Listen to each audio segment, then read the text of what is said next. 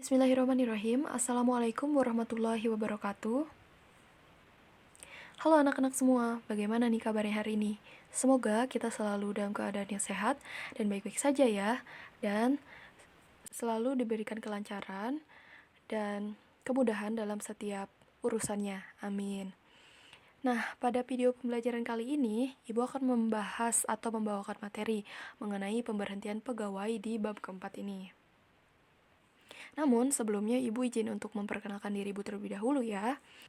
Perkenalkan, nama Ibu Indi Darajati. Ibu merupakan mahasiswi dari Universitas Pendidikan Indonesia yang sedang melaksanakan PPL di SMK YPKKP Bandung. Saat ini ditugaskan pada mata pelajaran Otomatisasi Tata Kelola Kepegawaian di kelas 12. Oke, mungkin segitu saja perkenalan singkat dari saya. Sekarang mari kita lanjut ke pembahasannya. Di sini ada cakupan pembelajaran yang akan kita kumpas tuntas pada video pembelajaran kali ini di materi pemberhentian pegawai negeri sipil. Sebelumnya Ibu akan memberitahukan dulu kepada kalian bahwa cakupan pembahasan ini untuk pegawai negeri sipil ya, yang bekerja di lingkungan pemerintahan. Oke, di sini terdapat 4 topik pembahasan yang mencakup pematerian di video pembelajaran kali ini. Yang pertama ada pengertian pemberhentian pegawai negeri sipil, yang kedua ada jenis-jenis pemberhentian pegawai negeri sipil, yang ketiga ada bentuk-bentuk pemberhentian pegawai negeri sipil, dan yang terakhir ada landasan atau dasar hukum dari pemberhentian pegawai. Sebelumnya, mungkin di antara kalian ada yang masih belum paham nih, apa itu perbedaan dari jenis-jenis dan bentuk-bentuk. Jadi, jenis-jenis ini bisa diartikan sebagai pengelompokan dari pemberhentian pegawai tersebut. Nah, sedangkan bentuk-bentuk itu merupakan wujud tindakan dari jenis-jenis pemberhentian pegawai negeri sipil. Nah, mari kita langsung lanjut ke pembahasan topik pematerian yang pertama, yaitu mengenai pengertian pemberhentian PNS. Nah, sebelumnya kita artikan dulu ya pemberhentian itu apa. Pemberhentian berarti pemutusan hubungan kerja antara karyawan dengan suatu badan usaha atau pemerintah. Hal ini terjadi karena keinginan karyawan, keinginan badan usaha pemerintah, atau atas keinginan bersama. Nah, sedangkan pegawai adalah seseorang yang bekerja pada suatu kesatuan organisasi, baik sebagai pegawai tetap maupun tidak untuk memenuhi kebutuhan hidupnya.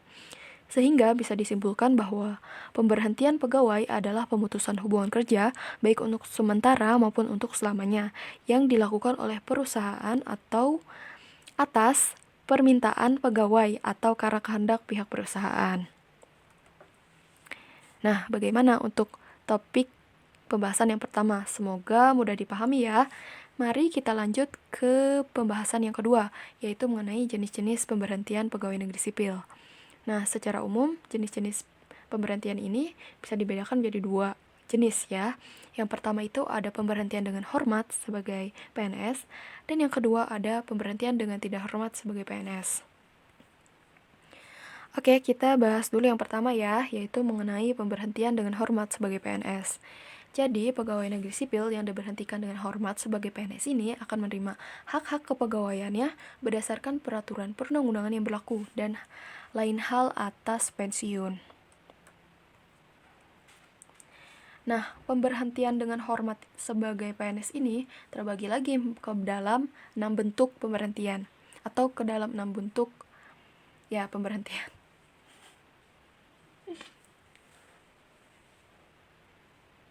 Nah, dalam pemberhentian secara hormat sebagai PNS ini dapat terbagi lagi ke dalam 6 bentuk pemberhentian ya. Atau bisa juga ini merupakan penyebab dari pemberhentian secara hormat ya pada suatu pegawai negeri sipil. Nah, mari kita bahas yang pertama, yaitu pemberhentian atas permintaan sendiri. Di sini prinsipnya seorang pegawai negeri sipil itu mengajukan permintaan berhenti dapat diberhentikan secara hormat sebagai pegawai negeri sipil. Nah, namun permintaan berhenti tersebut dapat ditunda paling lama 1 tahun apabila ada kepentingan dinas yang mendesak. Artinya, si pegawai negeri sipil tersebut masih memiliki tanggung jawab maupun tugas yang tetap harus dilaksanakan dalam waktu dekat ya, sehingga bisa ditunda dalam 1 paling lama 1 tahun ya. Tentu saja hal itu akan membuat PNS tersebut yang berkain tersebut akan terikat dalam keharusan bekerja pada pemerintahan, tentunya dilandasi pada peraturan perundang-undangan yang berlaku ya. Selanjutnya, penyebab yang kedua itu ada meninggal. Jadi pegawai negeri sipil yang meninggal dunia itu bisa dianggap diberhentikan secara hormat ya sebagai PNS. Nah, PNS yang hilang ini dianggap telah meninggal dunia paling lama atau paling akhir dalam bulan ke-12 atau di bulan Desember ya. Setelah itu si PNS tersebut akan dinyatakan berhenti secara hormat. Selanjutnya itu ada pemberhentian karena adanya penyederhanaan organisasi. Dalam hal ini, apabila ada penyederhanaan suatu organisasi negara yang mengakibatkan adanya kelebihan pegawai negeri sipil, maka kelebihan pegawai negeri itu disalurkan kepada satuan organisasi lainnya. Namun, jika penyaluran yang dimaksud tidak mungkin untuk dilaksanakan, maka kelebihan pegawai negeri sipil tersebut diberhentikan secara hormat sebagai pegawai negeri sipil atau jabatan negeri dengan mendapat hak-hak kepegawaian berdasarkan peraturan perundang-undangan yang berlaku. Nah, itu juga yang akan membedakan antara pemberhentian secara hormat dan secara tidak hormat. Selanjutnya, ada penyebab pemberhentian karena batas usia pensiun. Nah, pada slide berikut kalian bisa lihat sendiri, di situ ada berbagai ketentuan batasan usia pemberhentian pegawai karena batasan usia ya. Nah, sebelumnya, menurut Undang-Undang Nomor 11 Tahun 1969, pensiun adalah jaminan hari tua dan sebagai penghargaan atas jasa-jasa pegawai negeri sipil yang telah bertahun-tahun mengabdikan dirinya kepada negara. Nah, batas usia pensiun pegawai negeri sipil berdasarkan Peraturan Pemerintah Nomor 32 Tahun 1979 itu adalah 56 tahun ya. Nah, namun batasan usia 56 tahun ini dapat diperpanjang sesuai dengan ketentuan-ketentuan perundang-undangan yang berlaku, yaitu dilandasi dengan Peraturan Pemerintah Nomor 44 Tahun 2011. Nah, berikut ada 4 batasan usia ya yang terdapat menurut Peraturan Pemerintah Nomor 44 Tahun 2011. Yang pertama, itu yang paling lama yaitu 65 tahun. Bagi pegawai negeri sipil yang memangku jabatan peneliti madya dan peneliti utama yang ditugaskan secara penuh di bidang penelitian atau jabatan lain yang ditentukan oleh Presiden. Yang kedua, ada 62 tahun bagi pegawai negeri sipil yang memangku jabatan atau jabatan wakil menteri. Nah, selanjutnya untuk batasan yang ketiga yaitu ada 60 tahun bagi pegawai negeri sipil yang memangku jabatan struktural eselon 1. Yang kedua, jabatan struktural eselon 2. Yang ketiga, ada jabatan dokter yang ditugaskan secara penuh pada unit pelayanan kesehatan negeri. Dan yang keempat, ada jabatan pengawas sekolah menengah atas, sekolah menengah pertama, sekolah dasar, taman kanak-kanak atau jabatan lain yang sederajat, atau jabatan lain yang ditentukan oleh Presiden. Dan yang terakhir itu ada batasan 58 tahun. Bagi pegawai negeri sipil yang memangku jabatan hakim pada mahkamah pelayanan, pada mahkamah pelayaran atau jabatan lain yang ditentukan oleh Presiden. Nah, kita lanjut mengenai penyebab pemberhentian secara hormat yang selanjutnya, itu ada pemberhentian karena tidak cakap jasmani dan rohani. Berdasarkan peraturan perundang-undangan yang berlaku dan apabila berdasarkan surat keterangan tim penguji kesehatan, di sini terdapat beberapa kondisi ya yang menyebabkan si pegawai negeri sipil itu diberhentikan dari pekerjaannya. Yang pertama itu tidak dapat bekerja lagi dalam semua jabatan negeri karena kesehatannya. Yang kedua, menderita penyakit atau kelainan yang berbahaya bagi dirinya sendiri dan atau lingkungan sekitarnya. Dan yang terakhir itu setelah berakhirnya cuti sakit, belum mampu bekerja kembali. Nah, itu untuk penyebab pemberhentian karena tidak cakap jasmani dan rohani. Selanjutnya ada penyebab pemberhentian karena hal-hal lainnya. Dalam hal ini, pegawai negeri sipil yang tidak melaporkan diri kepada pimpinan instansi induknya setelah habis menjalankan cuti di luar tanggungan negara diberhentikan secara hormat sebagai pegawai negeri sipil.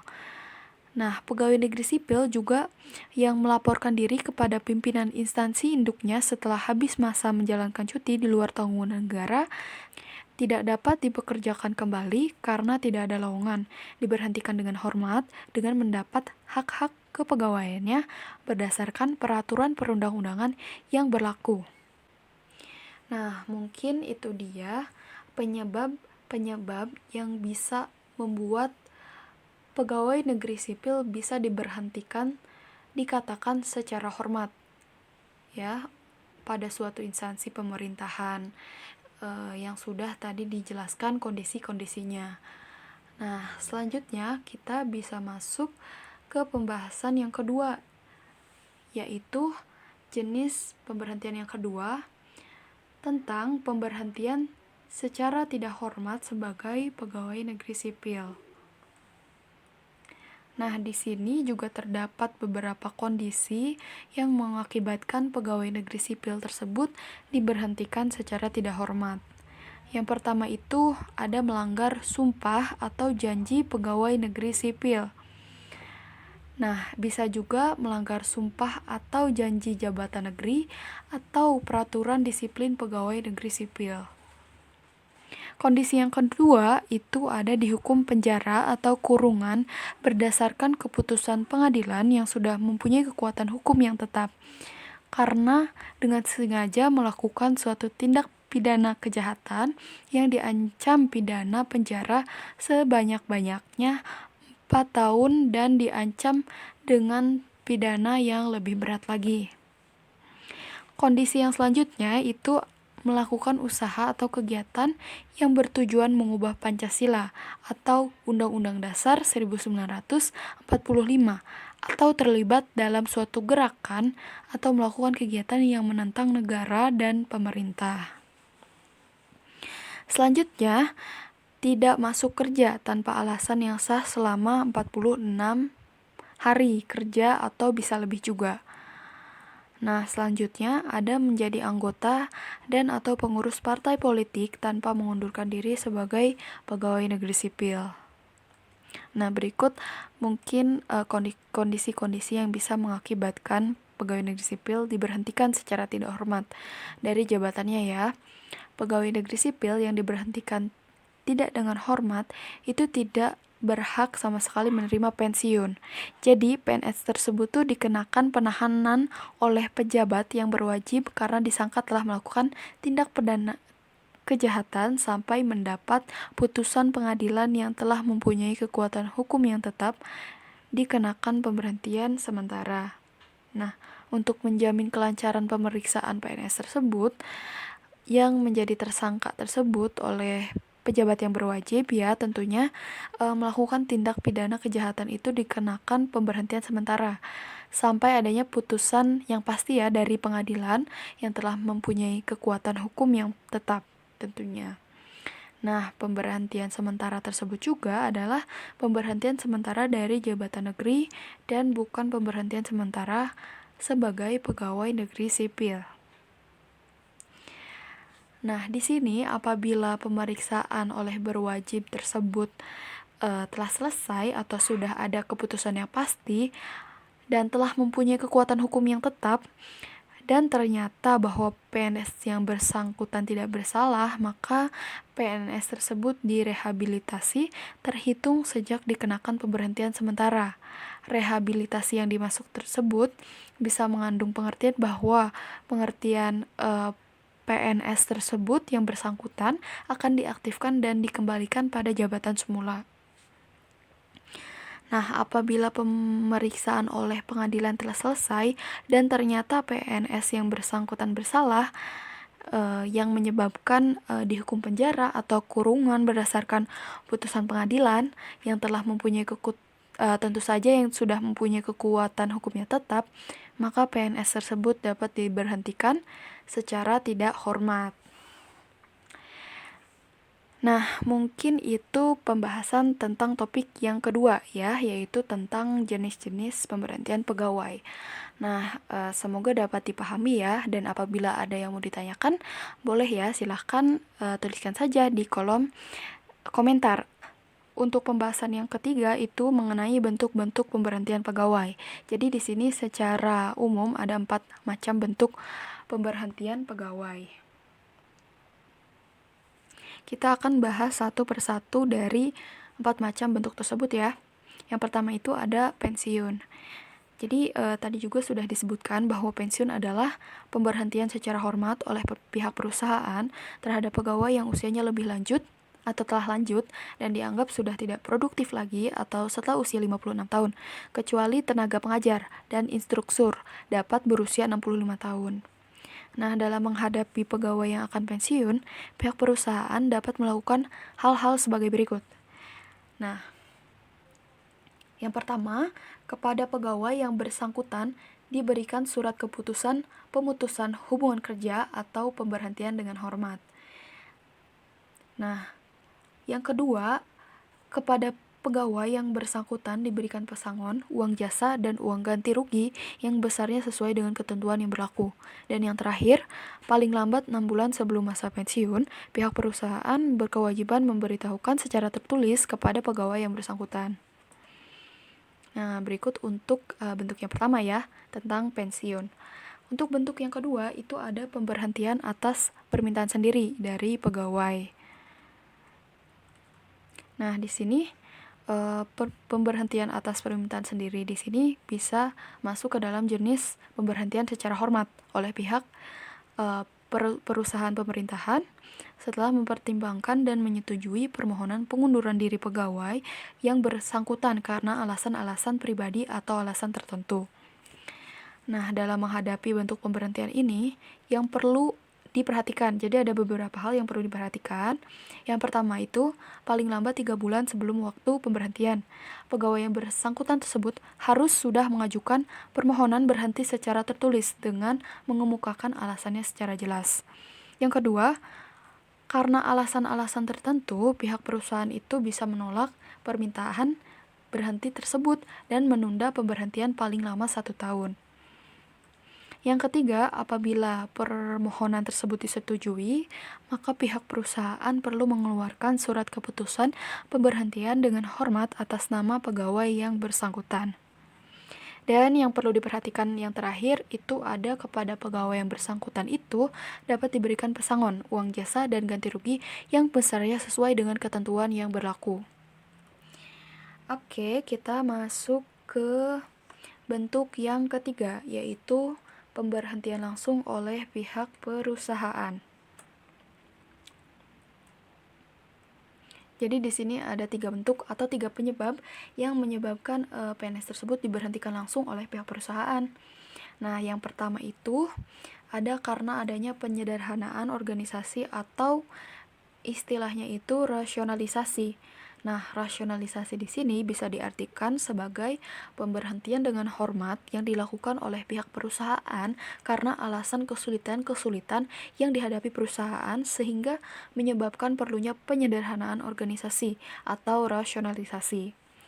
Nah, dalam menghadapi pemberhentian ini, yang perlu diperhatikan, yang pertama, paling lambat 3 bulan sebelum diberhentikan, pihak perusahaan harus memberitahukan kepada pegawai yang bersangkutan mengenai rencana adanya rasionalisasi dan pemberhentian tersebut dengan alasan-alasan yang jelas.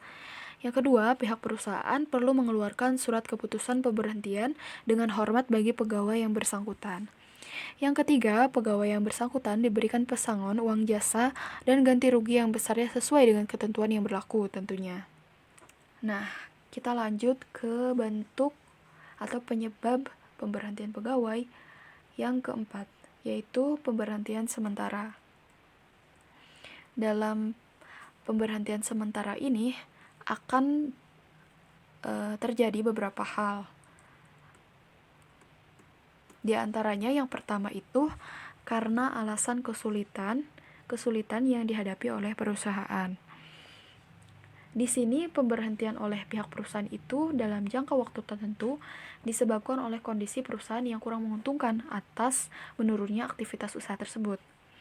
Nah, dalam menghadapi pemberhentian ini, langkah yang perlu diperhatikan diantaranya yang pertama, paling lambat 1 bulan sebelum pemberhentian, pihak perusahaan tentunya harus ada pemberitahuan terlebih dahulu kepada pegawai yang bersangkutan mengenai keadaan perusahaan dan rencananya adanya penyederhanaan jumlah pegawai atau pemberhentian sementara pokok.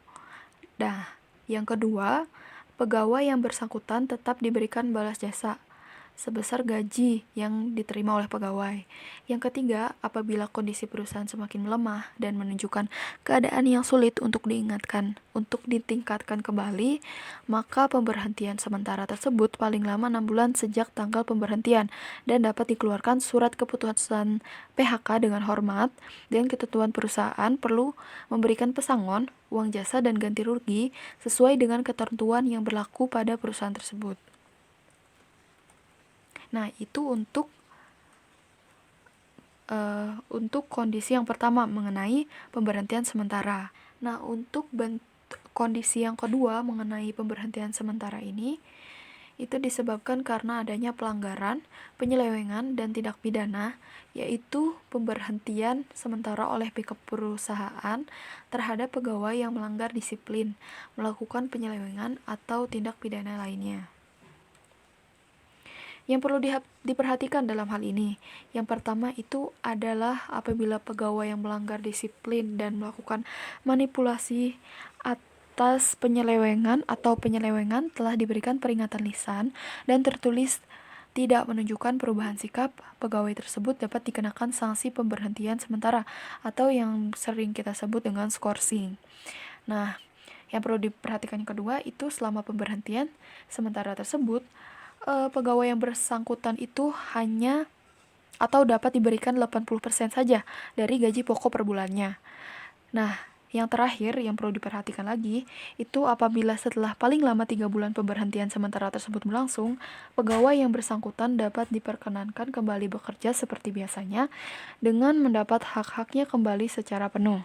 Namun, apabila penyelewengan atau pelanggaran disiplin tersebut diulangi kembali oleh pegawai tersebut, maka pihak perusahaan dapat langsung mengeluarkan surat keputusan pemberhentian dengan ketentuan sesuai dengan yang berlaku pada perusahaan.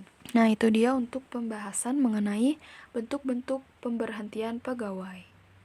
Nah, kita sekarang masuk nih ke pembahasan atau topik pematerian yang terakhir, yaitu mengenai dasar hukum pemberhentian pegawai. Nah, di sini bisa kalian lihat ada 9 dasar hukum atau landasan-landasan yang dipakai untuk pedoman dalam pemberhentian pegawai ini. Mungkin ada lebih dari 9 ya, cuman di sini Ibu hanya menyantumkan 9 saja untuk landasan dan dasar-dasar hukumnya. Bisa kalian baca sendiri di slide yang sudah Ibu sampaikan atau Ibu tampilkan sekarang. Nah, baik, sepertinya pematerian kita sudah selesai. Di sini Ibu berharap semoga apa yang Ibu sampaikan hari ini bisa dipahami dengan baik ya.